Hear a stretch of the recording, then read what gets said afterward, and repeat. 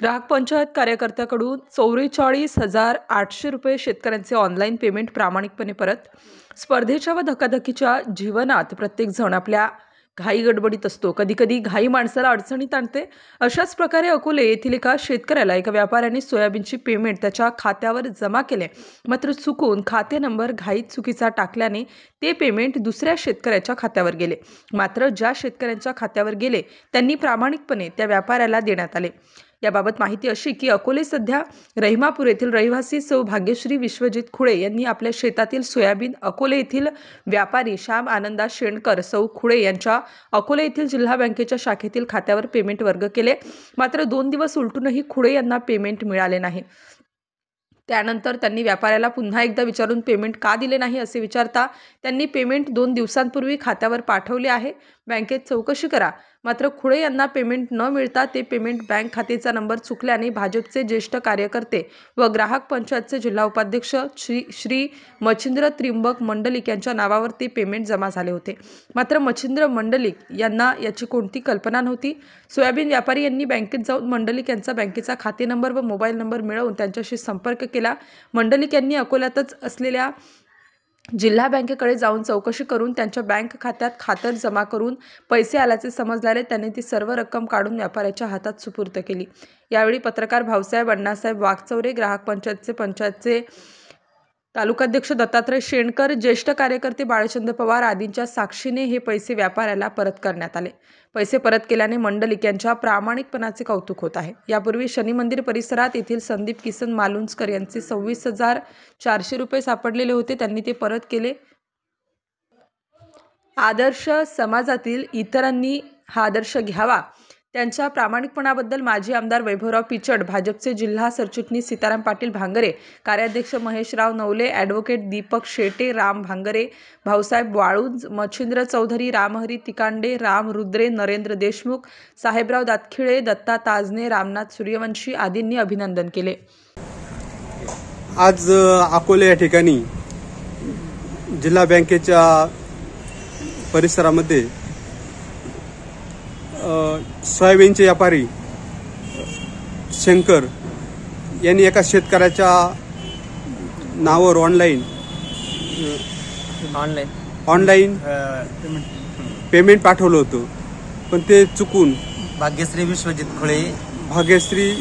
खुळे यांच्या नावाने ते मच्छिंद्र त्रिंबक मंडलिक यांच्या नावावर ते पेमेंट गेलेलं आहे। आणि ते गेले असल्यामुळं शंकर यांनी संबंधित व्यक्तीला, शेतकऱ्याला विचारलं का तुमचं पेमेंट आलं का? ते म्हणे मला काही मिळालं नाही, हे चुकून दुसऱ्याला गेलेलं आहे। आणि ती शहानिशा करून शंकर यांनी ते पेमेंट मच्छिंद्र मंडलिक यांच्या नावावर आलेलं आहे। मच्छिंद्र मंडलिक यांनी आपल्या मनाचा मोठेपणा दाखवून ते पेमेंट परत शंकर यांना हस्तांतरित केलं आहे। त्याबद्दल जे ग्राहक पंचायतचे जिल्हा उपाध्यक्ष आहेत मच्छिंद्र मंडलिक यांनी, महाराष्ट्र राज्य यांनी अत्यंत प्रामाणिकपणे हे पैसे त्यांना स्वाधीन केलेले आहे। या ठिकाणी फार मोठी रक्कम असल्याने शंकर यांनाही दिलासा मिळाला आहे। याबद्दल स्टार न्यूजशी बोलताना शंकर सोयाबीनचे व्यापारी आहेत, ते काय बोलतात? 1 मिनिट। आज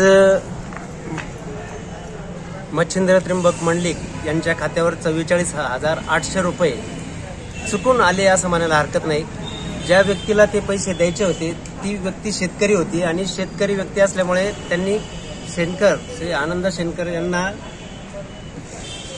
ते पेमेंट करायचं होतं। 44,800 भाग्यश्री विश्वजित खुळे या नावाची व्यक्ती होती, परंतु त्यांनी चुकीचा नंबर दिल्यामुळे ते चुकून मच्छिंद्र त्रिंबक मंडलिक यांच्या नावावर ते पैसे गेले आणि ते पैसे गेल्यामुळं असे पैसे गेलेले शक्यतो परत मिळत नाही। मात्र आमचा हा हेतू नाही। मच्छिंद्र मंडलिक हे ग्राहक पंचायतचे जिल्हा उपाध्यक्ष आहेत आणि असे अनेक प्रकार आत्तापर्यंत झालेले आहेत। पूर्वी कधीतरी असेच 33,000 रुपये शनी मंदिर गल्लीमध्ये सापडले होते। तेही पैसे आम्ही अगदी 8 दिवसानंतर त्या व्यक्तीचा शोध घेऊन आणि मच्छिंद्र मंडलिक असेल, आम्ही असेल, भाऊसाहेब वाघचौरे असतील, आम्ही ते सर्वांनी मिळून ते पुन्हा परत केलेत त्या व्यक्तीचे पैसे।